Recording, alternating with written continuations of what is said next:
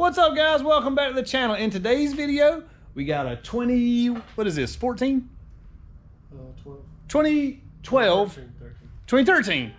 anyways, 2012 through 2014 ZX10R. The bike has a stock exhaust system with a M4 slip-on and a cat delete. We're going to be doing an ECU flash, showing what kind of horsepower we can get out of that. We have already made the baseline pull on the bike. The bike has a Shinko Stealth tire. The Stealth tire is not the best tire on the dyno. They perform okay in the street, but that tire is heavy and it does not result in great dyno results. The bike does have a stock air filter and it does just have 93 octane pump gas. And it currently has 20,700 miles on it. The baseline pull was a little low on the bike. It made 151, which I said is a little low. We do have the Stealth tire, we do have the stock air filter, we do have pump gas. But anyways, we're gonna show you what we can get out of this thing just by flashing and tune it. For those of you who have one of these bikes, we can do this flash on your bike. You just mail your ECU in. It's $210 with return shipping. In order to get the ECU out, you have to remove the rear seat, remove the tail section, remove the front seat, remove the tank panels, and then your air box, you have to take the screws out of the air box. The ECU is actually inside the air box. Yeah, I know, not the smartest design in the world, but it stays nice and cool. Anyways, it's kind of a pain in the butt to get it out, but once you get it out, minimum 20 horsepower gain. All right, guys, let's get this ECU out, get it flashed, and see what we got.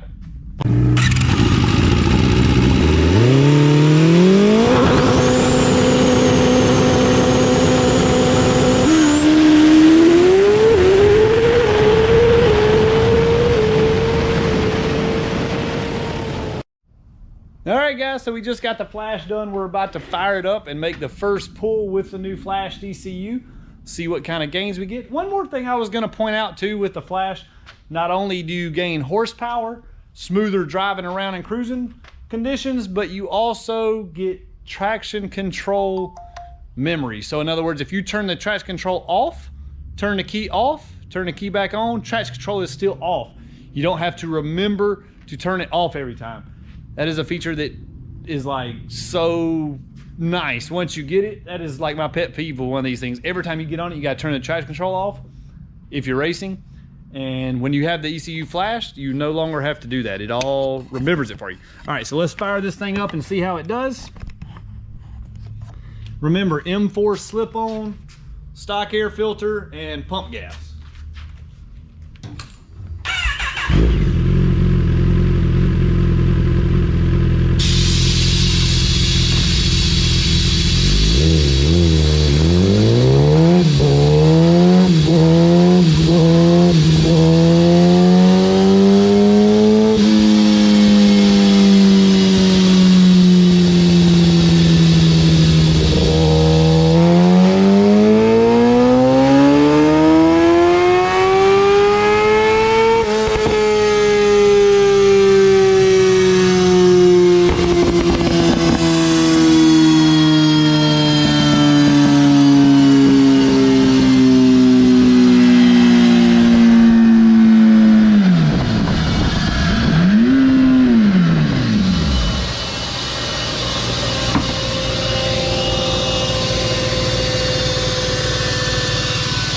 So just like that, we went to 169 horsepower.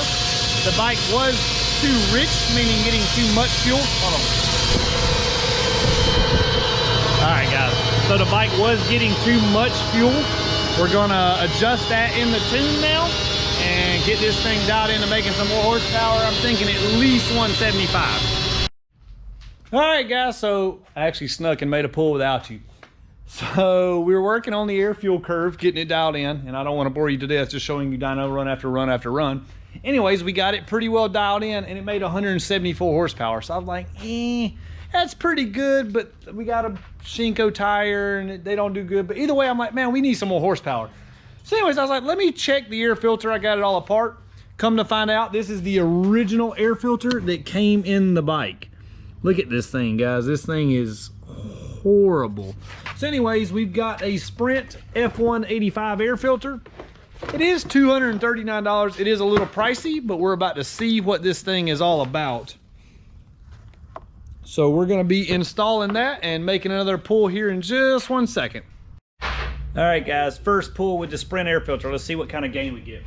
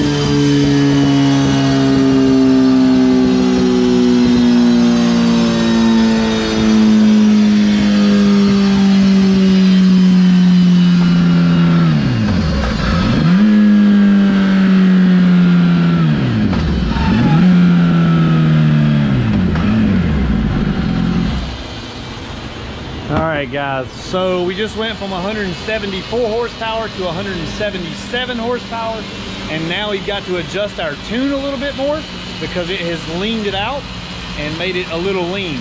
Now if you change from a perfect working brand new filter to a Sprint air filter, there's not usually any tuning involved, but since we went from a cruddy, really crappy air filter, now we got to richen it back up to add some more horsepower. So I think we're gonna be able to squeeze a little bit more out of this thing. All right guys, this should be the last pull. I hope you guys have enjoyed this video. Be sure to smash that like button. Be sure to subscribe to the channel. We do stuff like this all the time, guys. Whatever bikes I get, if the customer agrees to have the bike on YouTube, we're more than happy to share it with you guys. Well, not all of them, because I do tons of them every day, but I just thought this was a good example of a clean, everyday ZX10 that we could use for the video. Anyways, like I said, subscribe, and I appreciate you guys watching. Here we go for the last pull.